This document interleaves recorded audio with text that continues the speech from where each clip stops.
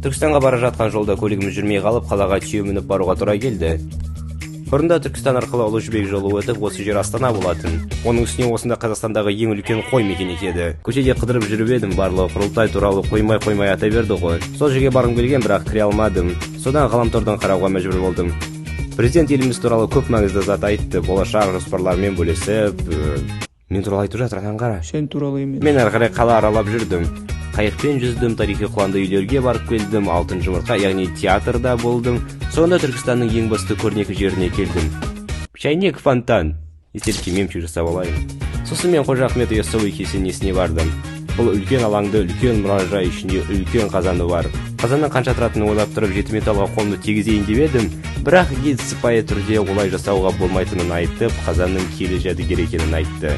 Үстінен кесененің қасында шығыстың моншасы бар екен. Ол жерде адамдар қалай шомылған екен бұрын. Ал енді моншаға баруға болады. Түркістан керемет қала екен. Ата-бабамыздың рухы мен тарихы сезілетін жер. Оның үстіне кешіміз отырғызылу басталып кетті, жолды бөгеп тұрсыз. Ал не дейін енді құрылтай, Атырауды көрсерміз.